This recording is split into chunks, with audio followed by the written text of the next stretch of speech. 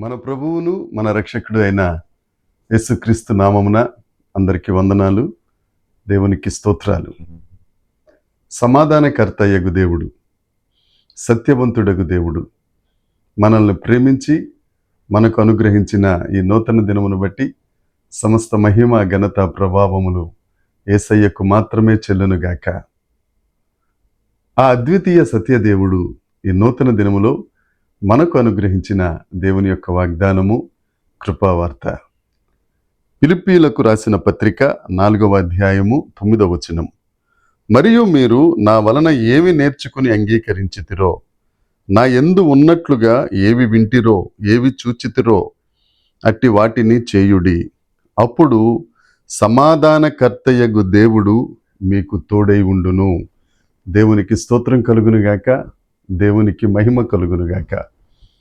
ప్రభువైన యేసుక్రీస్తు రక్తము చేత కడుగబడిన దేవుని ప్రజలందరికీ మరొక్కసారి వందనాలు. సమాధానకర్తయగు దేవుడు మనందరికీ తోడై ఉండునుగాక. మన దేవుడు సమాధానకర్త అయిన దేవుడు. మన దేవుడు అసలు ఎలాంటి వాడు, ఆయనకున్న గుణలక్షణాలు ఏంటో మనం తెలుసుకున్నట్లయితే ఆ దేవుణ్ణి మనం సరైన రీతిలో ఆరాధించగలం. ఆ దేవుని యందు భయభక్తులు కలిగి ఉండగలం. ఆ దేవుణ్ణి మనము విధేయత కలిగి ఆరాధించుట వలన, ఆ దేవుని వలన మనం ఆశీర్వదించబడిన వారం అవుతాం. అసలు యేసుక్రీస్తు ప్రభువు ఎందుకు ఈ లోకానికి వచ్చారంటే, కొంతమంది అంటారు మతాన్ని స్థాపించడానికి. కాదండి, ఆయన మత స్థాపకుడు కాదు. ఈ లోకం మీద సమాధానమును నిలపడానికి, దేవునితో పోగొట్టుకున్న ఆ సత్సంబంధమును మరలా తిరిగి నెలకొల్పడానికి సమాధానకర్తయగు దేవుడు పరలోకమును విడిచిపెట్టి ఈ భూమి మీదకి వచ్చారు, నిన్ను దేవునితో సమాధానపరచడానికి, ఆ సమాధానము అనే ఆశీర్వాదాన్ని నీకు ఇవ్వడానికి. రెండవది, చాలామంది ఏమంటారంటే యేసుక్రీస్తు ప్రభు వెలిగింపబడి ఆయన ప్రబోధముల వలన అనేకులు ప్రభావితం చేయబడడానికి వచ్చిన ఒక ప్రబోధకుడు అని అంటారు. ఆయన బోధనలు అనేకుల జీవితాలను మార్చాయి, ఇప్పటికీ కూడా మారుస్తున్నాయి. ఇక ముందు కూడా ఆయన బోధన వలన అనేక నశించుచున్న ఆత్మలు దేవుని చేత వెలిగింపబడి ఆ వెలుగు రాజ్యమైన పరలోకానికి వారసులుగా చేస్తున్నాయి. కొంతమంది అంటారు ప్రవక్తగా వచ్చాడంటారు. వారు తాము తెలుసుకున్న ఆ చిన్న జ్ఞానాన్ని బట్టి వారు పూజిస్తున్న ప్రవక్తలాగా యేసుక్రీస్తు ప్రభువును ఒక ప్రవక్త అంటారు. కానీ యేసుక్రీస్తు ప్రభువు అద్వితీయ సత్య దేవుడు. ఆయన మార్గమైన దేవుడు, ఆయన సత్యమైన దేవుడు, ఆయనే జీవమైన దేవుడు. ఆ దేవుణ్ణి మనము ఎరిగినట్లయితే మనము ఆశీర్వాదముగా, అనేకులకు ఆశీర్వాదంగా మారతాం. రెండవది, ఎప్పుడైతే యేసుక్రీస్తు ప్రభు యొక్క వాక్యానికి విధేయత చూపిస్తామో, మన హృదయాలలో యేసుక్రీస్తు ప్రభు యొక్క ఆ బోధనలకు, ఆ మార్గాలను అనుసరించి నడవడానికి హృదయాంతరంగాల్లో ఇష్టపడతామో, తప్పక మనము దేవుని చేత ఆశీర్వదించబడిన వారంగా ఉంటాం.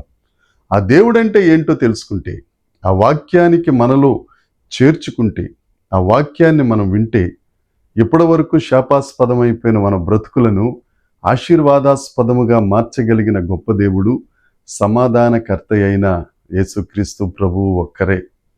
నా ప్రియ సహోదరి సహోదరుడా, నువ్వు ఎక్కడ పాడైపోయావో, ఏ గుంటలో పడిపోయావో, ఒకవేళ ఏమి చేసి శాపానికి ఆస్పదంగా మారిపోయావో, ఆ సమాధానకర్తయగు దేవుడు నీకు ఈ దినాన్న తోడుగా ఉంటానని వాగ్దానం చేస్తున్నాడు.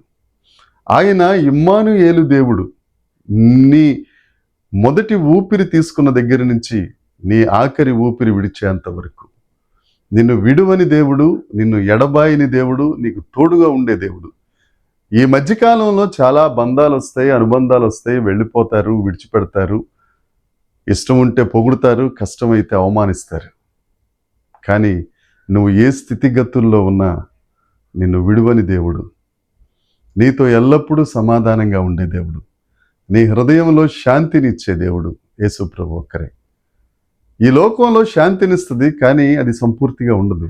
కానీ యేసుక్రీస్తు ప్రభు ఇచ్చే శాంతి, ఆ సమాధానం, ఆ ప్రశాంతత ఈ లోకంలో ఎప్పటికీ నువ్వు పొందుకోలేవు.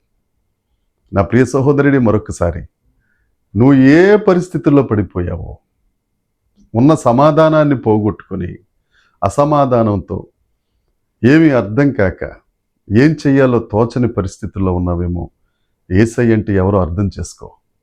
ఆ వాక్యాన్ని వినడానికి ప్రయత్నం చేయి. నువ్వు తప్పక ఆశీర్వదించబడతావు. నీ హృదయంలో సమాధానం వస్తుంది. చైనా దేశంలో హడ్సన్ టైలర్ అని గొప్ప దైవజనుడు, చాలా మంచి అద్భుతమైన పరిచర్య చైనా దేశంలో ఆయన చేశారు.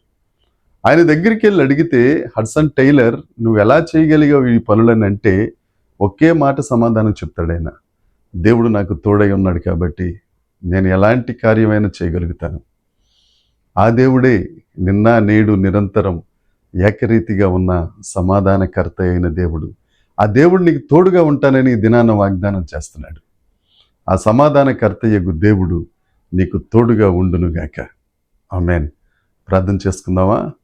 పరలోకమందున్న మా తండ్రి, పరిశుద్ధుడా, కృపగలిగిన దేవా, ఈ వాక్యం ఉంటున్న ప్రజలు ఏ గుంటలో పడిపోయారు, ఏ పరిస్థితుల్లో శాపాస్పదమైపోయారు, ఏ పరిస్థితులలో వెలివేయబడ్డారు, ఏ పరిస్థితులలో సమాధానం లేకుండా ఉన్నారు దేవా, వారిని మీ చేతికి అప్పగిస్తున్నాం తండ్రి.